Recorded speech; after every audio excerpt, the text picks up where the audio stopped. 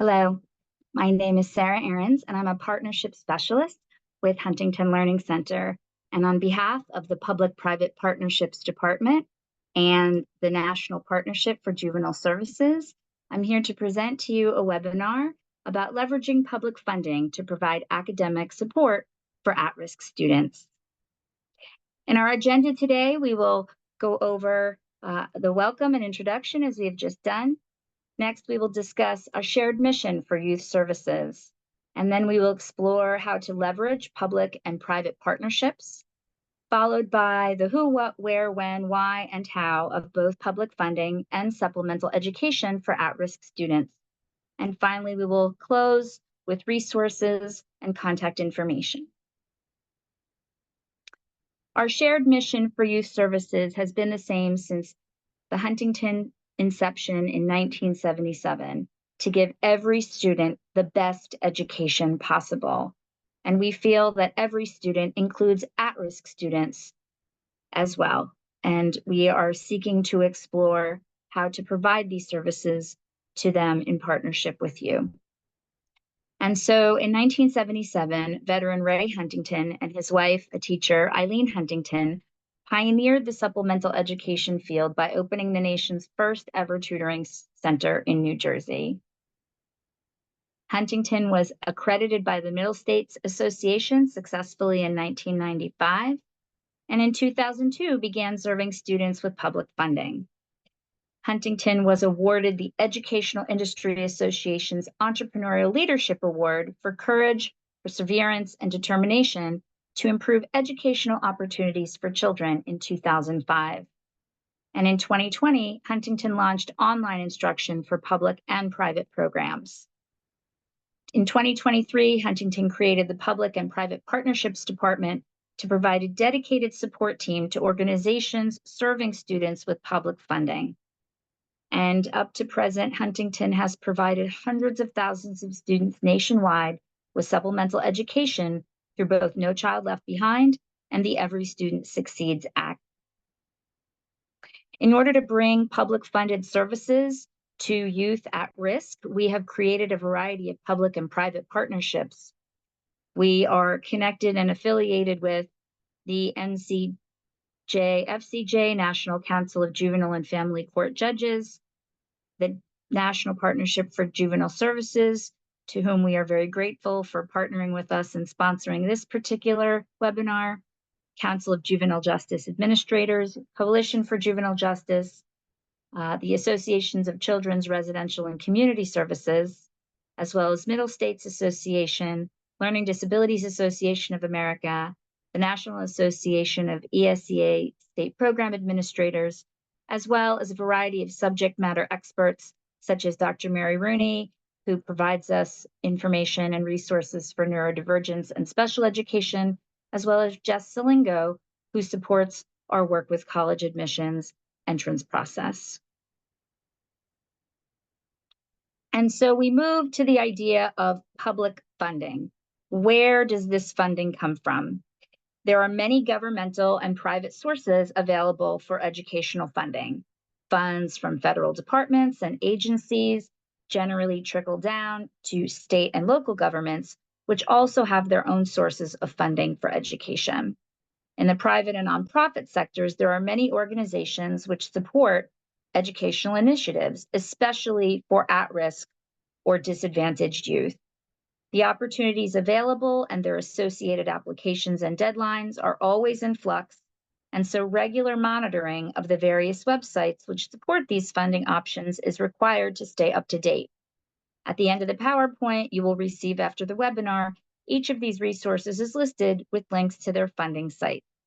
And so as you can see here, we have federal sources from the Department of Education and Justice, the Office of Juvenile Justice and Delinquency Prevention, National Institutes of Justice, the Department of Labor and Youth Programs and Services, Workforce Innovation, Bureau of Justice Assistance, Department of Health and Human Services, and then a variety of private and nonprofit organizations that heavily support educational funding and intervention as well, again, in particular with at-risk youth.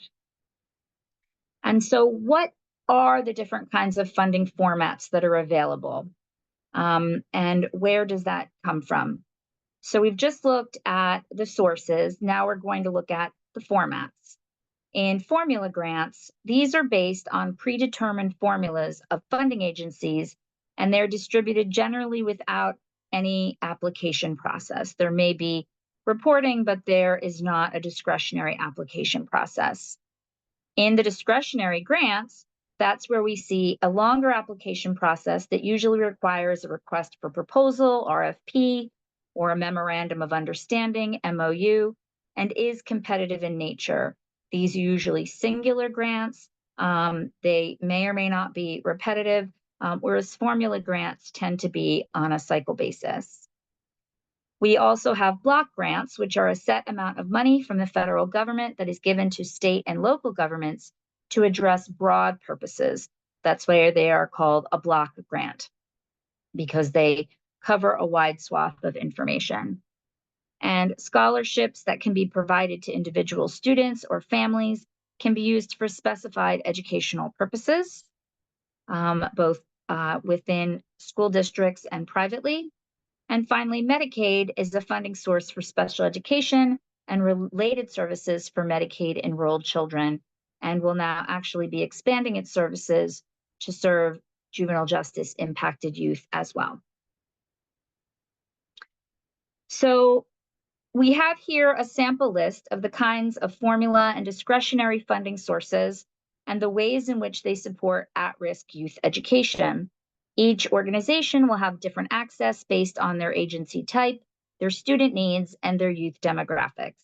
In a bit, we will review how to weave these different sources together to access greater resources and leverage these opportunities.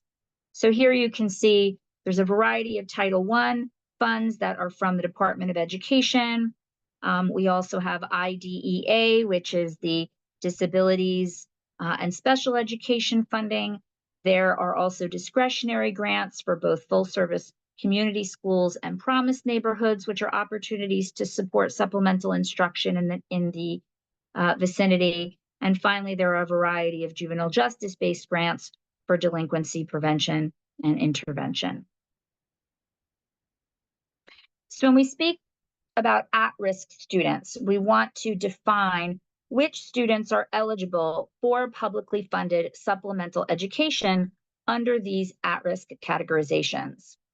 The term at-risk often is used to describe students or groups of students who are considered to have a higher probability of failing academically or dropping out of school altogether.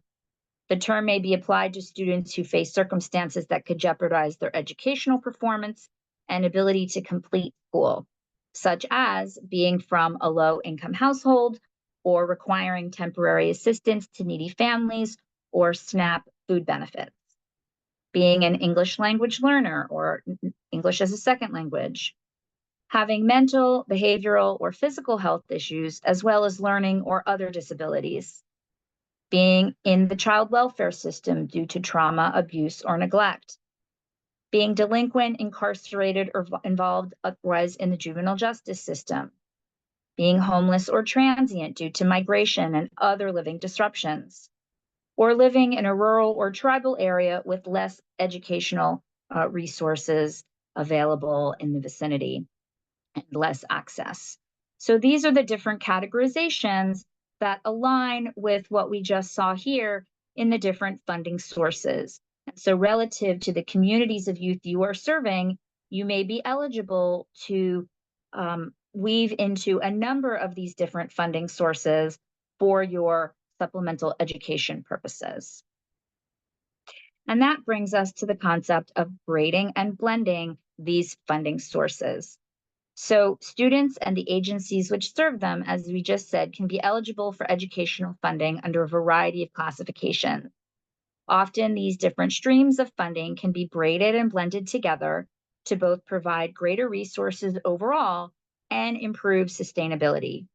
That is what is most recently recommended by the U.S. Department of Education and their newly developed National Technical Assistance Center on Fiscal Equity, which will help states and locales and districts in the school setting to determine how to best utilize these funds and braid and blend them to leverage for greatest opportunity for the youth. And so we will look at braiding first, as the graphic demonstrates there. Braiding funds happens when agencies coordinate funds from different sources for one purpose, like when multiple strings are braided into a single rope. Each fund maintains its own identity and reporting requirements, and braiding ensures consistency and eliminates duplication of services to support various parts of an initiative, while still maintaining an award-specific identity. This can lessen programmatic costs, but requires good project management to ensure proper coordination of funding. This is currently the more common approach used. So, for instance, if you were to have a program that at a community school wanted to involve supplemental education and tutoring, as well as other arts or sports activities, as well as mental or physical health components or counseling, that community center could braid and blend these different funding sources to still accomplish their long-term vision for the services they wish to provide to the community, but doing so leveraging the strengths of each individual component of that program through its own funding source that gets combined with the others. Blending combines funds in a single pot that has its own reporting requirements. The identity of all the funds going into this single pot is lost, just as when individual fruits and vegetables lose their identities in the blending of a smoothie. Blending often offers more flexibility, but it does require statutory authorization because the identity of the individual funding is lost. And as you see in the graphic, individual sources combine into one arrow, one fund. And again, this is very generalized to be used, so it's flexible, but you do require specific authorization to do this, and there may be other reporting requirements as a result. So a single project may have both blending and braiding, and it is advisable to first utilize the funding sources considered very restrictive to a specific item or short term before turning to funding sources which can be spent on a range of items over a longer period of time. Matching your various funding sources to your costs over a multi-year time horizon can help you to maximize your available resources and ensure your program's long-term sustainability. Recently, the U.S. Department of Education asserted in its research findings that long-term program sustainability and therefore impact relies on several factors which combine to create a strong foundation. Number one is a shared mission and vision for outcomes among stakeholders, including funding agencies, planning and organizing agencies, community partners, and community program recipients.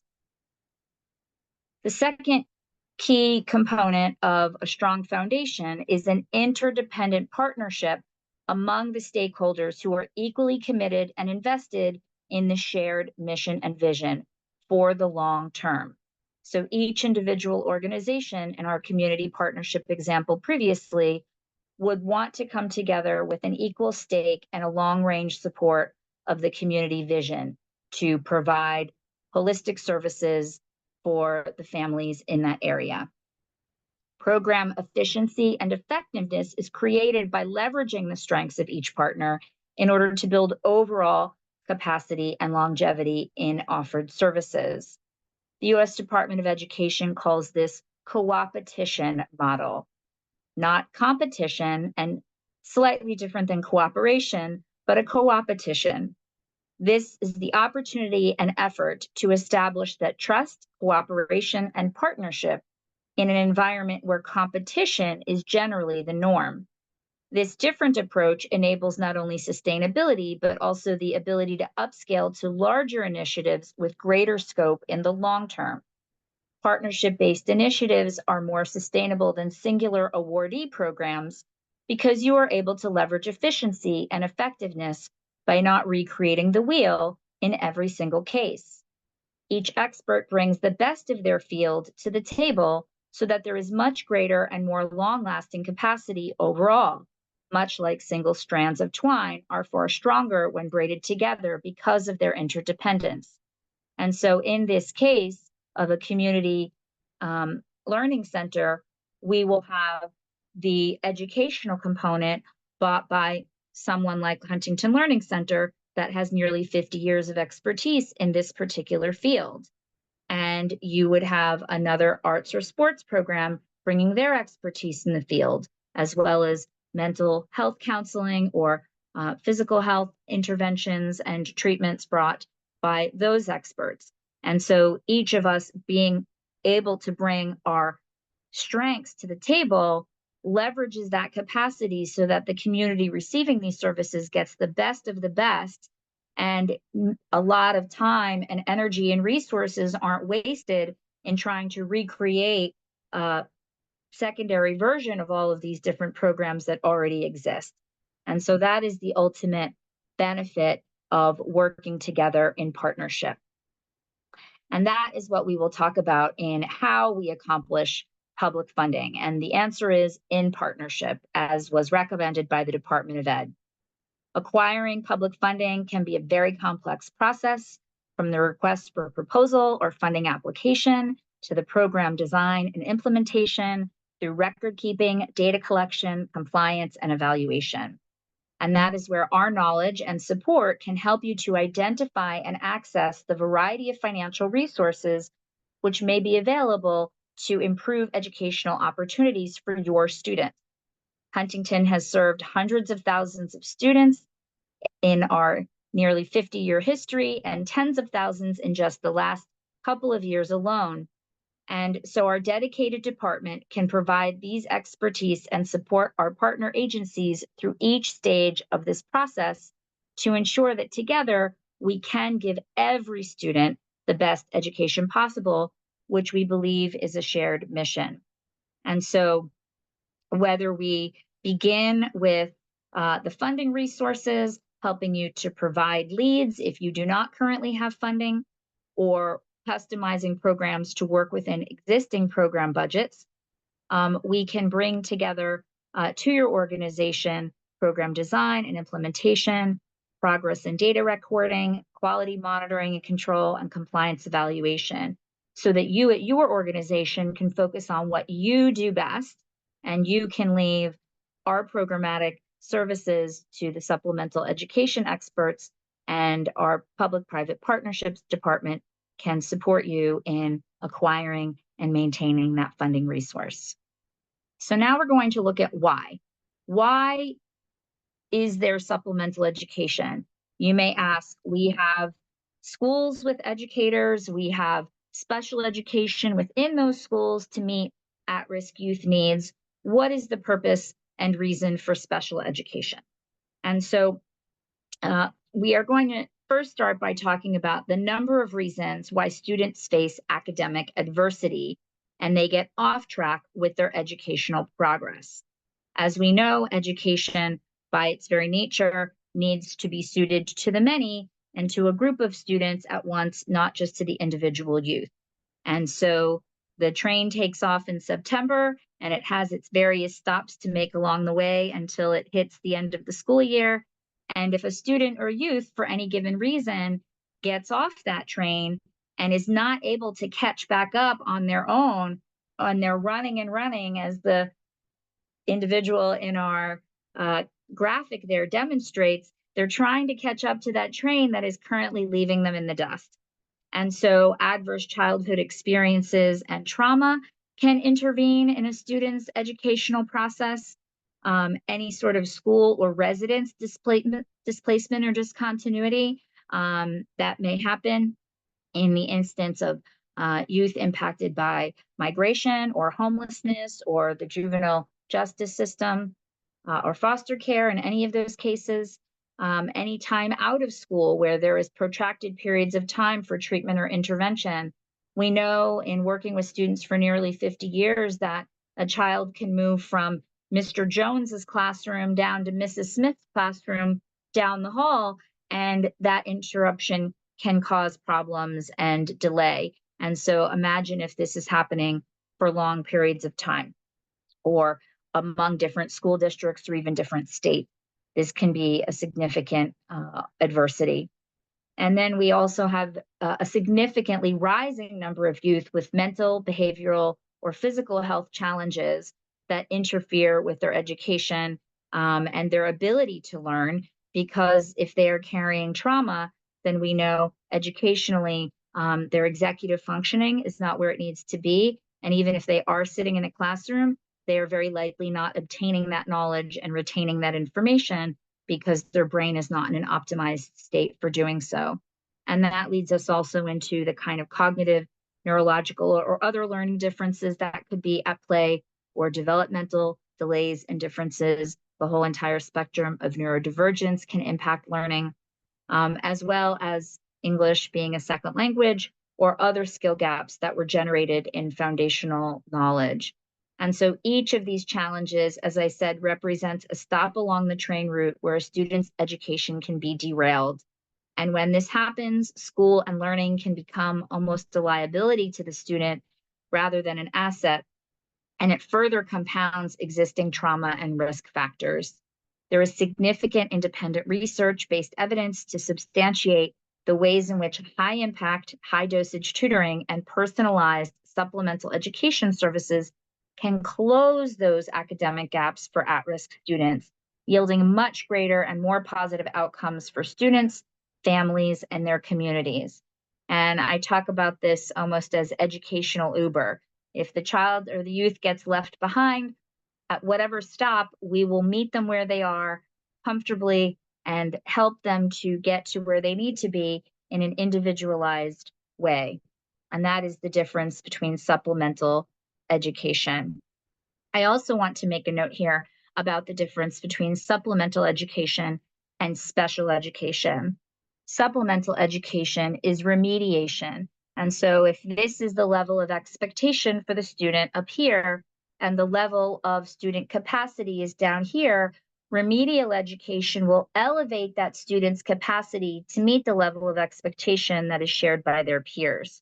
So we go to the root and we bring that student up to where they are able to meet their peer group. Special education does not have the individuated capacity to do that in every case. And so by and large, the majority of what supplemental education has the ability to do is accommodate or modify the expectations to then meet that student where they currently are. And so if you have a student that's functioning 4 grade levels behind, they will lower the expectations and modify the material or accommodate that student with extra time or having it read to them or other interventions so that they could still work on the same material generally as their peers, as opposed to elevating that student by remediating those skills from the ground up and rebuilding that foundation so that they can meet their peer groups in expectations academically with a solid foundation and move forward with success. And so now we take a look at when is supplemental education for at-risk youth most impactful. This is a framework that is called the Continuum of Care, and it is from the Office of Juvenile Justice and Delinquency Prevention. And therefore, it relates to youth involved in the juvenile justice system. However, this continuum is not limited to just justice-impacted youth and can serve as an excellent model for supportive interventions along the continuum for all at-risk youth. The OJJDP's model specifically outlines a broad array of youth programs and services ranging from prevention programs for young children and youth who are at risk of delinquency or other challenges to intervention programs serving high-risk youth in secure residential settings, as well as re-entry programs for youth returning to their communities. This framework has been shown to improve youth outcomes and reduce reoffending, and in an effective continuum of care, the majority of youth would be served through the prevention and early or low intervention stages. And so that is what we wish to discuss, is the benefit and the cost savings of reaching out at these early stages for youth. According to, again, the OJJDP, this approach has been proven to be very cost effective. According to research from the Justice Policy Institute, the average state cost for secure confinement is $588 a day, or $214,000 annually. And that is an average cost. It can escalate as high as $500,000 annually. While community programs, conversely, can cost as little as $75 a day, $75 a day, or $27,375 a year, a significant savings across the board. In addition, diverting youth away from long-term involvement in the justice system can result in much higher long-term economic and societal benefits for everyone. And this is a win-win for all involved, especially for those who are at risk in all services. Early educational intervention, whether it be at the prevention and diversion stage, the intervention and treatment stage, be it low, medium, or high, whether it's in any form of out-of-home placement, be that in a foster care shelter or migrant shelter or a residential treatment facility or a secured or detention location, or when we are talking about community reintegration at the end stage with transition and aftercare, that these interventions with supplemental tutoring can help prevent the loss of a student's skills, confidence, and motivation, and can ensure a stronger academic foundation for better long-term youth, family, and even community outcomes. And so it is really clear in the evidence that prevention and diversion not just saves lives, it saves dollars, and it saves resources so that those dollars can go farther for more students to receive the support and the help. And it has far greater community impacts in the long range as well. And ultimately, when recent research just came out about the greatest reasons for risk factors, the greatest risk factors or reasons why youth commit delinquency or crimes, and also the greatest risk factor for recidivism or reoffense, the singular and only commonality was behavior problems in schools. And those behavior problems in schools stem from students not having the proper academic foundation and becoming disillusioned and frustrated and overwhelmed, which then leads to behavior and acting out, and then leads the youth in the pipeline system into delinquency and juvenile justice system involvement. And so the more we can prevent and divert this from happening by reaching out to these youth in the early stages to fill in those academic gaps, the better. And so that brings us to what is covered by supplemental education. What sorts of services do we mean when we speak about at-risk youth? And so we are talking about foundational tutoring in reading, writing, math, and study skills. Even if a student is 6, 8, 10 grade levels behind or completely starting from ground zero, these skills can be redeveloped and this learning can be recovered. We do subject-specific tutoring in advanced math, social studies, foreign languages, as well as all forms of test prep, ACT, SAT, GED, or HiSET, ASVAB or AP tests, and other school or entrance state tests. We also work with homeschool and compensatory supplemental education, as well as special education and ADHD, neurodivergence resources and support. And we also offer resources for students, families, and educators, including blogs, podcasts, workshops, and webinars such as this. And so now we're looking at how does this happen, right? How is supplemental education delivered, and what are these evidence-based methodologies that make it such an impactful and important offering in student at-risk services? So supplemental education offers a personalized attention and proven results. Huntington student programs begin down here in our left corner with an extensive academic evaluation, which includes nationally normed standardized assessments, as well as open and closed-ended assessments and inventories of both the student and the family or caregivers as well. This enables us to determine exactly where the students' capacities are and where we must go back to address unmet foundational needs. One size does not fit all, and this covers both K to 12 and adults. As we know, there are significant issues in the juvenile justice system with youth aging into the older ranges and becoming young adults, even as up to 25, still needing academic services. So we can cover all of that. Following, we then, as discussed, we talked about a student's education can derail for a variety of reasons. Ultimately, however, the cause is not as important as the cure. Again, the cause of why they are facing academic adversity is not as important as the cure. An individualized approach identifies where the student got off that educational track and meets the youth exactly where they are and brings them in a safe and comfortable environment to their desired destination.